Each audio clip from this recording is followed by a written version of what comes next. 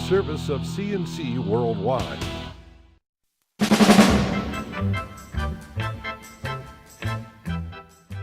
The Daily is a service of CNC News and Jib Jab Greetings. I'm Bud Lowell, the full AccuWeather forecast right across the top of every CNC local news page.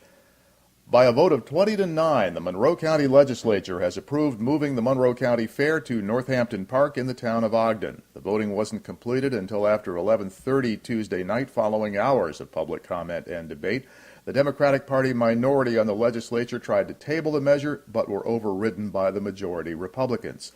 People lined up outside the county legislature chambers for their chance to speak. The county parks department and the county administration came up with the plan to move a scaled-down version of the fair to Northampton Park after the Dome Center and the fairgrounds in Henrietta were sold. They promised the retooled fair will focus on agricultural exhibits and skip the midway and music events. But park neighbors said there are no guarantees that the fair won't grow and the carnival aspect won't creep back in. Many of them spoke for about 2 hours last night. They believe the roads around the park can't handle the fair attendees, and they're annoyed that the plan was worked up without anybody asking them about it. There were also supporters, including 4-H students and their parents, who said sale of the Dome Arena has left them without a place to showcase their animals. And members of the county fair board spoke, saying they're farmers and will make every effort to keep the fair focused on agriculture.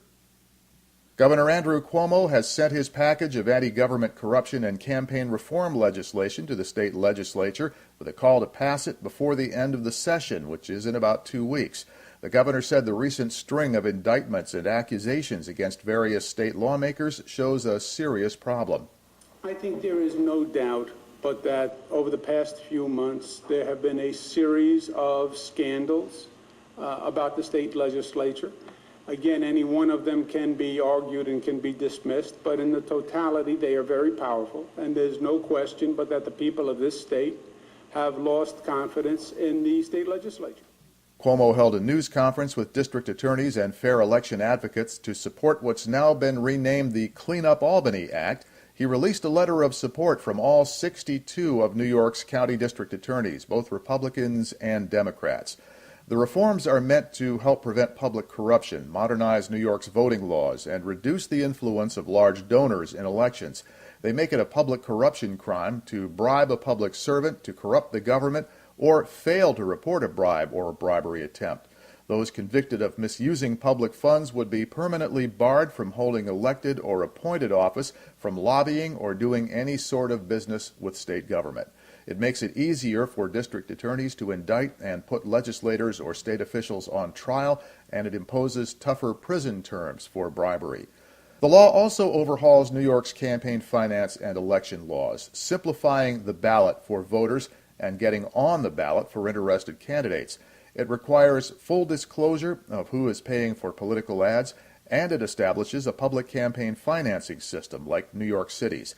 That last item probably does not have the support it will take to make it through the state Senate. I represent a district with 11 gun clubs, and we will not comply with the governor's gun laws that make no sense. Also in Albany, about 1,000 gun rights activists rallied at the Capitol against the NY SAFE Act, New York's new gun control law. Opponents say the act violates the Second Amendment right to keep and bear arms and should be repealed. They heard from speakers including former Westchester County District Attorney Jeanine Pirro and a number of Republican members of the State Assembly. That's Assemblyman Bill Nojay speaking in the background there. Some of the Republican lawmakers said they are pushing to repeal the law, but the legislative leaders and the governor have not indicated any willingness to make major changes. NY SAFE limits the owners of semi-automatic weapons to only 7 rounds, and it tightens the definition of what is considered an illegal assault weapon by New York State. The Brockport Village Court has dropped all criminal charges against Village Mayor Connie Castaneda, who was charged with official misconduct last year for renting out rooms in her home to Brockport State College students.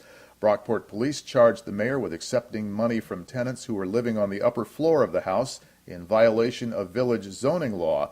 They said the rooms didn't have smoke detectors or fire escapes as required by the zoning code. These were misdemeanor charges against Mayor Castaneda. While they were all dropped, she still faces civil penalties for the zoning code violations. The mayor is running for re-election next Tuesday in the village elections. Village trustee Margay Blackman is running against her. Rochester City School District Administrator Tim Maines is on his way to a new job as superintendent of the Jamestown Public School District. Maines is a former Rochester City Council member, former principal of School 50. He once ran for mayor of Rochester, and he was considered for Rochester School Superintendent as well. He is currently Director of Internal School Operations with the city schools. Maines was appointed superintendent in Jamestown Monday night. He takes over August 1st.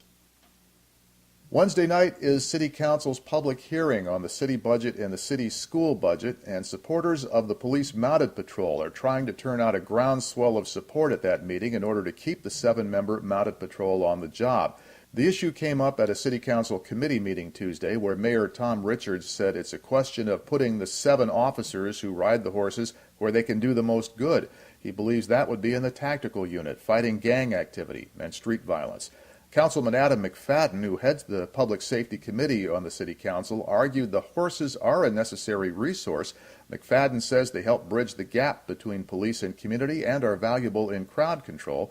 And Police Chief James Shepard said the mounted officers are a tremendous tool. He said he can use them if he's got them. The Monroe County Sheriff's Office says a woman had to be cut out of her car after a crash on the Route 531 expressway in Ogden. She suffered serious, non-life-threatening injuries and is recovering in the hospital after being rescued by Spencerport firefighters. The car went off the road Tuesday afternoon, hit a barrier on the overpass above Union Street, Route 259. She ended up with 2 wheels hanging over the gap between the east and westbound sides of the expressway, and the cause of the crash is under investigation. The murder and arson trial of Webster teenager Michael Pilato continues in Monroe County Court. Some of Pilato's friends were called to the stand to testify about text messages they exchanged with him both before and after the fire he is accused of having set. A Monroe County crime lab expert testified that traces of gasoline were found on Pilato's shoes and on evidence taken from his home after the fire. Pilato is accused of spreading gasoline through the home and burning it down on December 7, 2011. The fire killed his father and 2 brothers. His mother and sister escaped. A former school bus monitor accused of sexually abusing a disabled girl has been arraigned in Monroe County Court. 61-year-old Robert Hoff pleaded not guilty to first-degree sexual abuse and to endangering the welfare of a child. He is accused of improperly touching a 9-year-old girl while working as a bus monitor for Monroe school transportation. Hoff was assigned as the girl's care attendant to make sure she got to and from her programs. The girl is unable to speak. Police say the driver reported seeing the improper conduct. The company notified police and fired Hoff after an internal investigation. The company says Hoff passed a background check and there were no indications of any problems.